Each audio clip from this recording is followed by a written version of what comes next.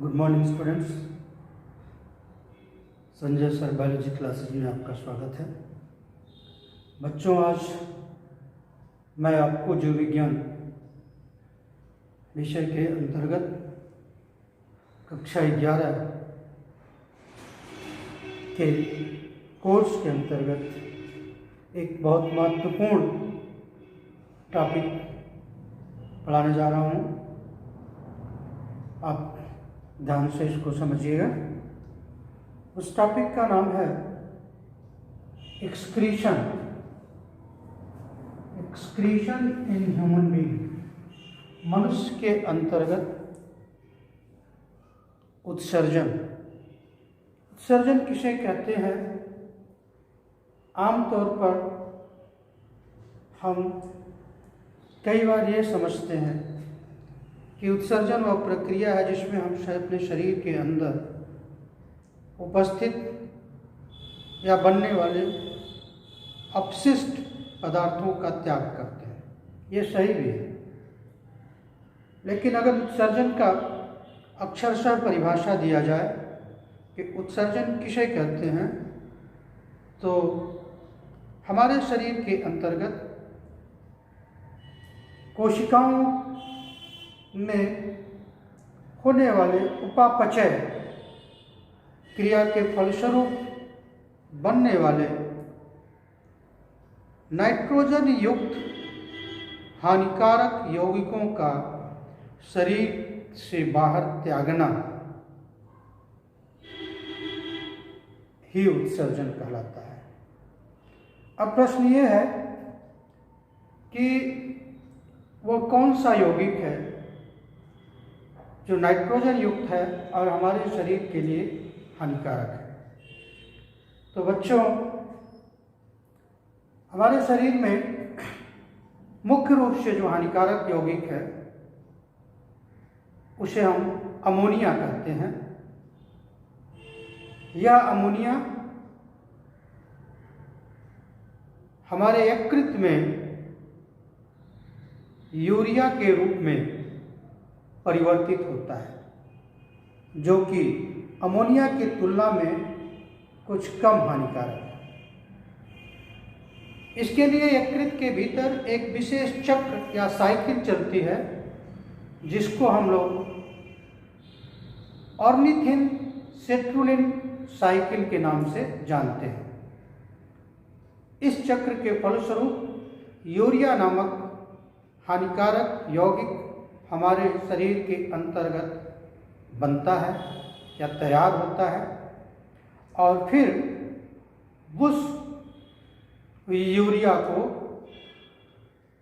शरीर हमारे या यकृत हमारे रुधिर में मुक्त कर देता है।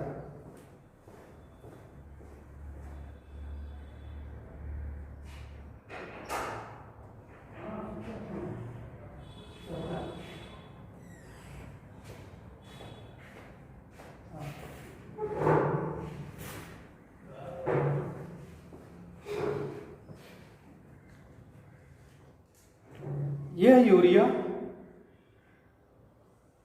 जो अमोनिया की तुलना में कम हानिकारक है, यह रुधिर में आकर के हमारे शरीर से बाहर निकलता है। अब प्रश्न ये है कि रुधिर से यूरिया को कैसे अलग किया जाए। तो इस कार्य के लिए जो सबसे महत्वपूर्ण अंग है हमारे शरीर में, वो है ब्रिक, जिसको हम अंग्रेजी में किडनी कहते हैं या गुर्दा कहते हैं। तो ब्रिक यानी किडनी, हमारे शरीर में एक जोड़ी किडनी पाई जाती है, जो हमारे पीठ की तरफ, पीछे की तरफ, हमारे एब्डोमेन में पीछे की तरफ, हमारा जो ये गुहा है जिसको हम एब्डोमेन कहते हैं, उसमें पीछे की तरफ वो लगी रहती है। मेरुरज्जु या कह सकते हो आप, जो हमारा वर्टिब्रल कॉलम है उसके साइड्स में दो किडनियाँ लगी होती हैं, दायां किडनी, बायां kidney, right and left kidney, इसे हम कह सकते हैं। अब यह किडनी एक विशेष अंग है जो यूरिया को रुधिर से अलग करता है, अर्थात फिल्टर करता है या छानता है। यह एक बहुत बड़ा छननी है हमारे शरीर के भीतर।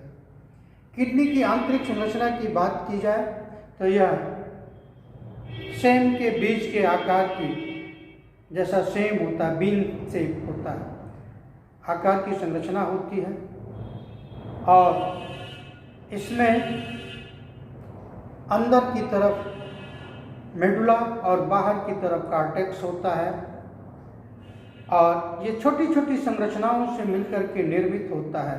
अर्थात किडनी की अगर क्रियात्मक इकाई या फंक्शनल यूनिट कहा जाए, उस संरचना को हम नेफ्रॉन कहते हैं, जिसकी संरचना कुछ इस प्रकार होगी। देखिए आप, ये नेफ्रॉन है, यहाँ पर बोमेन कैप्सूल,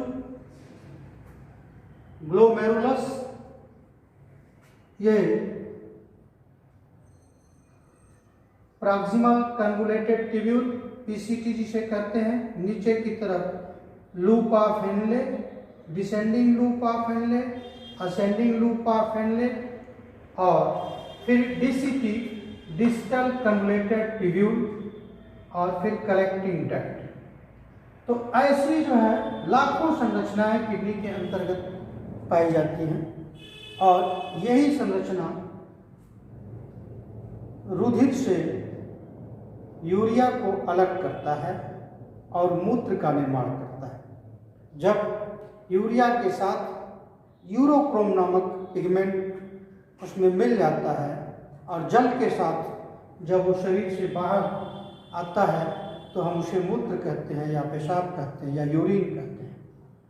तो इस संरचना के अंतर्गत अगर पूरा क्रियात्मक पहलू देखा जाए लूप ऑफ हेनले का या इस नेफ्रॉन जिसे कहते हैं, इसको हम नेफ्रॉन कहते हैं, इसकी संरचना देखी जाए तो उसमें एक कैप्सूल, ऐसे देखिए एक गोल सा कैप्सूल की तरह संरचना है ऐसे, और इसमें दो रुधिर वाहिनियां इसके अंतर्गत आती हैं और आकर के यहाँ पे जाल बनाती हैं, एक इफरेंट और दूसरा एफरेंट,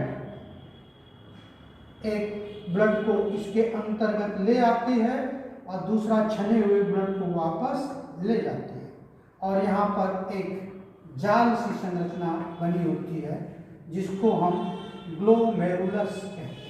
और इस पूरी संरचना को, जो ये पूरी संरचना है, इसको हम कहते हैं बोमेन कैप्सूल, बोमेन कैप्सूल के नाम से जाना जाता है। और ये जो हिस्सा है नेफ्रॉन का, यहाँ पर देखिए, ये इसमें विशेष तरह की कोशिकाएं पाई जाती हैं जो छलनी का काम करती हैं और उन कोशिकाओं को हम पोडोसाइट्स कहते हैं, जिसकी संरचना कुछ इस तरह से होगी, पोडोसाइट्स। और फिर यहाँ से जो है जो फिल्ट्रेट है, छनने के बाद रुधिर का ज़्यादा से अधिक हिस्सा पुनः जो है वापस चला जाता है मेन स्ट्रीम में, लेकिन उसके अंतर्गत कुछ द्रव जो इसके अंतर्गत छन करके आ गए हैं उसमें यूरिया के साथ साथ यूरोक्रोम, कुछ अन्य कार्बनिक यौगिक और इनऑर्गेनिक अकार्बनिक लवण या खनिज उसमें मौजूद होते हैं और उनको आगे चल करके इसके लूप ऑफ हेनले के अंतर्गत उनको फिर से छान लिया जाता है या वापस उनको ले लिया जाता है। तो अगर पूरे उत्सर्जन की प्रक्रिया पे ध्यान दिया जाए तो इसमें 3 स्टेप होते हैं। पहला होता है फिल्ट्रेशन या जिसको हम अल्ट्रा फिल्ट्रेशन कहते हैं। दूसरा स्टेप होता है रीएब्जॉर्प्शन यानी पुनः अवशोषण, जो चीज़ें इसके साथ आ गई हैं उसको पुनः वापस रुधिर में ले लेना, वापस ले लेना, वो शरीर के लिए आवश्यक है, जरूरी है। और कुछ ऐसी चीज़ों का पुनः इसमें सिक्रीट कर देना, श्रावण सिक्रीशन कर देना। और अंततः जल और खनिज, खास करके सोडियम हुआ, क्लोराइड हुआ, पोटेशियम हुआ या अन्य खनिज हुए जो शरीर के लिए आवश्यक हैं, उनको फिर से वापस पुनः अवशोषित कर लेना, रीएब्जॉर्ब कर लेना। और यूरोक्रोम एक पिगमेंट है जिसको उसको इसमें सिक्रीट कर देना, इसमें स्रावित कर देना, मूत्र में मिक्स कर देना, जिसके कारण पेशाब का रंग पीला होता है, उसको कर देना। और अंततः यह ध्यान दिया जाता है या हमारे शरीर के अंतर्गत ऐसी प्राकृतिक रूप से ऐसा अनुकूलन है कि जल हमारे शरीर के लिए बहुत आवश्यक है और जल की हानि रोकनी है। तो अगर अतिरिक्त मात्रा में जल पेशाब में जा रहा है तो उस जल को पुनः शरीर के अंदर अर्थात रुधिर में वापस ले लेना, रीएब्जॉर्ब कर लेना।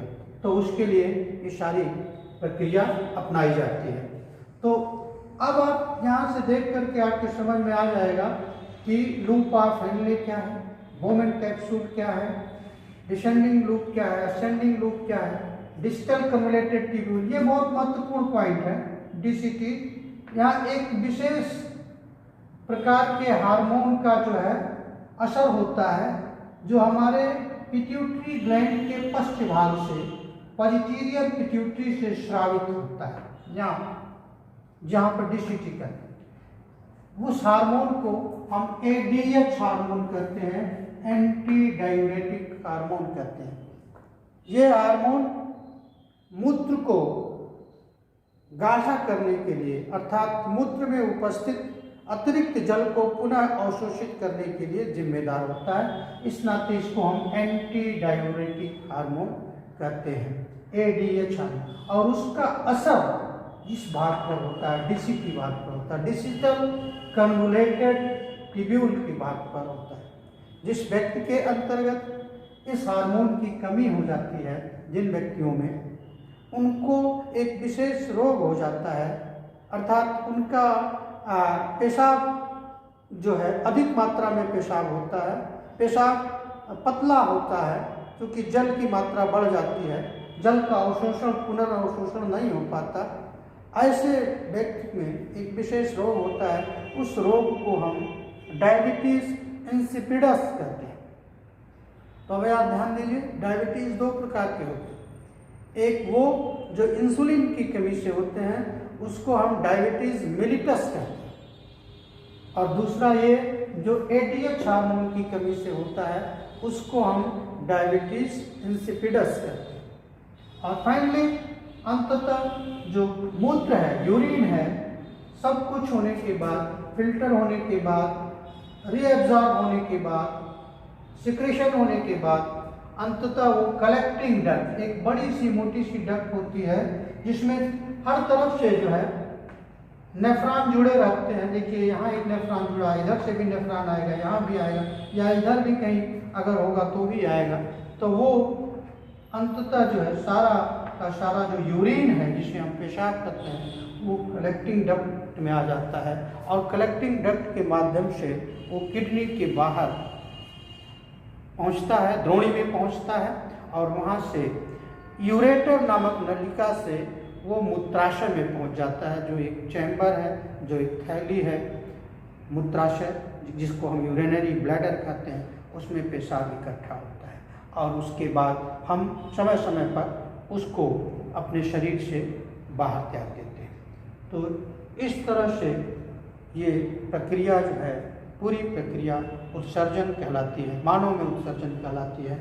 यहाँ पर अब हम इसको समझने के लिए देखें तो पहला स्टेप है अल्ट्राफिल्ट्रेशन, रीएब्जॉर्प्शन और सिक्रेशन। इसके माध्यम से हम इसको और ढंग से समझ सकते हैं। तो आज के लिए बस इतना ही, फिर मिलते हैं अगले टॉपिक के साथ। धन्यवाद।